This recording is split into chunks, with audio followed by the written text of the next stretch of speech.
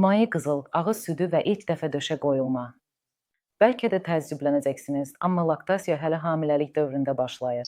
Süd vəzləri böyüyür və hormonların təsiri ilə 3-cü trimestrdə orada ilk süd, ağız südü formalaşmağa başlayır. Bəzi gələcək analar hətta döş gilələrindən az miqdarda ifrazatın olduğunu da görə bilərlər.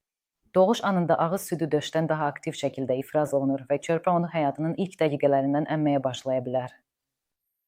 Ağız südü az miqdarda olur, sarımtıl rəngdə, qatı və yapışqan olur və tərkibində yüksək konsentrasiyada immun cisimləri və körpə üçün ən vacib maddələr var. Ona görə də buna maye qızıl deyirlər. İlk günlərdə körpənin çox yeməyə ehtiyacı olmur. Orqanizm və mədə hələ qidanı mənimsəməyə hazırlaşır.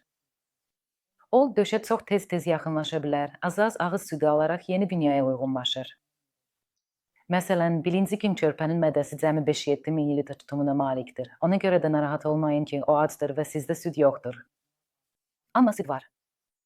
Və bu süd körpəyə lazım olan miqdarda və keyfiyyətdədir. Bu günlərdə ana üçün vacibdir ki, məşq etsin, yeni doğanı döşə tez-tez qoysun, müxtəlif pozalar öyrənsin, körpə yatanda dincəlsin və yeməyin ona çapnamasından narahat olmasın. Üstəlik, həkim təyinatı olmadan ona qarışıq yemək verməyə çalışmaq lazım deyil.